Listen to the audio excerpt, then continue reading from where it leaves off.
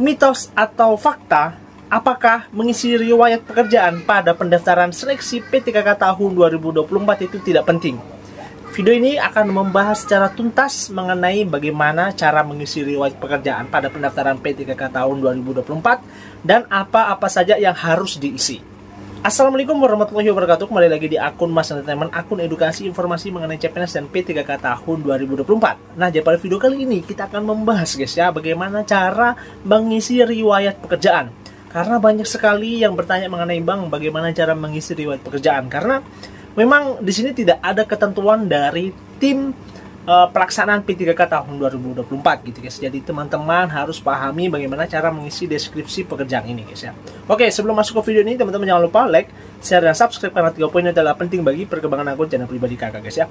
Let's go, kita bahas di videonya. Oke, kemarin kita sudah bahas ya mengenai pembuatan akun sudah, pengisi biodata sudah, mengisi jenis seleksi dan formasi juga sudah. Ini selanjutnya adalah mengisi riwayat pekerjaan untuk seleksi pendaftaran P3K tahun 2024. Oke, let's go, kita langsung masuk di webnya sscsn.bkn.go.id ya. Untuk jadi ini ya, ada disclaimer teman-teman ya. Jadi semua informasi itu sebenarnya ada di website resmi di Instagram maupun di website resminya sscsn.go.id mengenai pendaftaran P3K sama CPNS. Jadi teman-teman, bagi teman-teman yang mendapatkan info-info atau isu-isu, tolong lihat langsung di webnya atau di sosial media Instagram langsung ya. Langsung di BKN kalau salah, BKN official kalau nggak salah ya, kalau di Instagramnya BKN official. Kalau di webnya itu sscsn.bkn.go.id. Jangan sampai teman-teman salah gitu guys ya. Oke, kita langsung bahas guys ya. Oke, di sini cara mengisi riwayat pekerjaan. Cuman riwayat pekerjaan ini sebenarnya kalau dari teknis tahun 2024 CPNS kemarin ya, sebenarnya tidak wajib. Kalau teman-teman tidak punya basic, teman-teman langsung kosongkan aja. Tapi karena P3K ini banyak informasi yang memang untuk yang atau kan ada kayak non CPNS yang termasuk di database BKN, dan itu kan sudah termasuk pekerjaan teman-teman. Tapi yang terkhususnya itu teman-teman kalau mau mengisi riwayat pekerjaan ini ya, teman-teman itu harus mempunyai surat keterangan bahwa teman-teman itu sudah pernah di situ. Misalnya sedang menjadi tenaga ahli atau apa dan sebagainya di instansi-instansi. Misalnya di Pemda kah, atau di provinsi kah, atau di pusat. Teman-teman harus punya surat keterangan bahwa teman-teman bekerja di situ. Selama misalnya 2 tahun kah, 1 tahun atau 3 tahun gitu ya. Intinya ada surat keterangannya karena nanti akan diupload di website juga. Jadi teman-teman tetap mengisi, tapi teman-teman harus ada buktinya juga. Dan terkhusus juga yang untuk penelitian juga ada penelitian. Tapi penelitian ini harus cukup lebih lengkap lagi karena dia ada nomor ISBN-nya atau ISSN. Ini lengkap lah ya. Nanti judulnya juga apa, di link webnya juga apa. Nanti akan disertakan gitu guys ya. Nah, kita bahas dulu isi deskripsinya bagaimana. Nah, untuk deskripsi pekerjaan saya sampaikan tadi, ini P3K menurutnya kakak malah wajib, bukan wajib ya sebenarnya, sunnah muakkad gitu ya. Karena kan wajibnya itu belum ada ketentuannya, belum ada sama kayak seperti CPNS belum ada ketentuannya. Tapi mengingat P3K itu adalah yang sudah bekerja di instansi-instansi, wajib menurutnya kakak sunnah, bukan wajibnya ya, sunnah muakkad lah ya, sunnah muakkad untuk mengisi ini karena itu merupakan profile brandingnya teman-teman untuk lolos di P3K ini guys ya. Coba kita isi nama pekerjaan misalnya di sini ya teman-teman, di instansi penilai AMDAL misalnya ya, penilai AMDAL apa, tenaga teknis misalnya, tenaga teknis misalnya, penilai AMDAL misalnya ya, AMDAL misalnya gini ya, unit pekerjaan misalnya di dinas lingkungan misalnya ya, dinas lingkungan. Nah, tapi lengkap ya, unit di dinas lingkungan mana, provinsi Sulawesi Selatan kah, provinsi Sumatera Barat dan sebagainya. Isi selengkap-lengkapnya untuk unitnya mana gitu ya.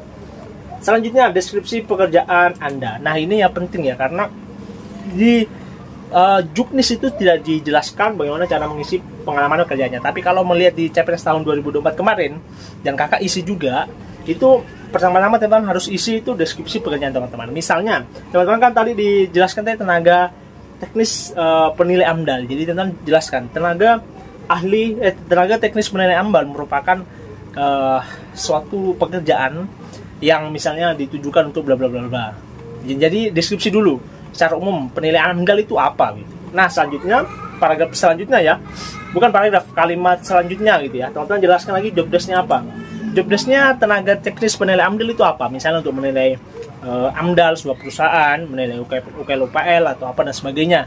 Intinya diisi jobdesknya teman-teman. Tunggu ya teman-teman ya, sebelum masukkan ini. Oke, masuk ya.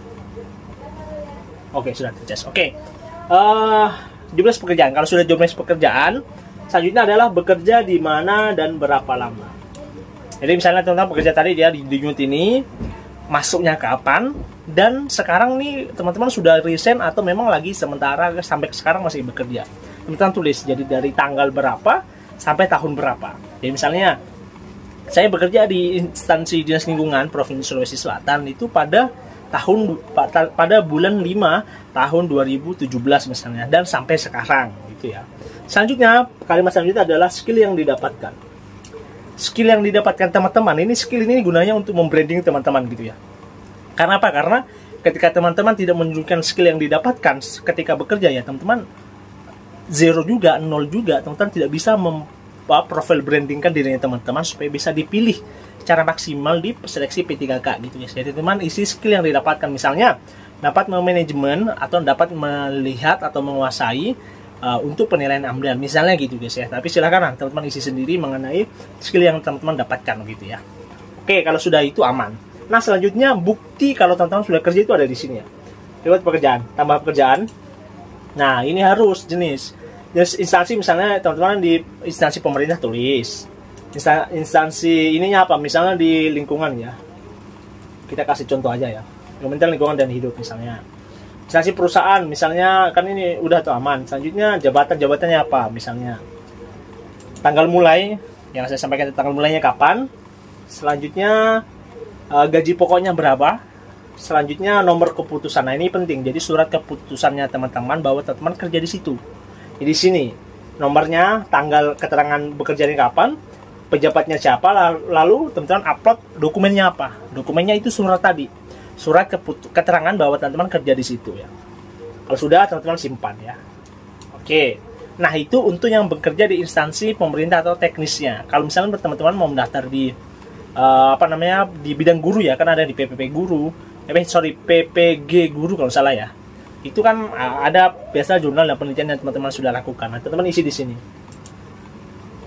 Judulnya, tahun publikasi, link penulisan nomor dan ISSN dan ISBN. Jadi artian papernya teman-teman atau bukunya teman-teman yang sudah terbit. Kalau sudah disimpan. Nah, khusus untuk guru, teman-teman di sini juga jelaskan skill yang didapatkan dan hasilnya apa. Kalau misalnya teman-teman guru ya dan sudah mengupload jurnal, teman-teman tulis aja di situ. Saya sudah membuat jurnal, ini bahasa kasar saya, teman-teman kasih perhalus, kasih sopan juga. Ini itu teman isi juga begitu mengenai informasi kalau saya sudah membuat jurnal juga gitu ya. Itu merupakan personal brandingnya teman-teman untuk supaya melebihkan dari peserta lain gitu ya. Jadi teman kalau bisa merasa diri teman-teman ini porsil diri teman-teman menjadi yang terbaik di antara yang terbaik gitu guys ya. Oke, kalau sudah selanjutnya nanti langsung di dokumen.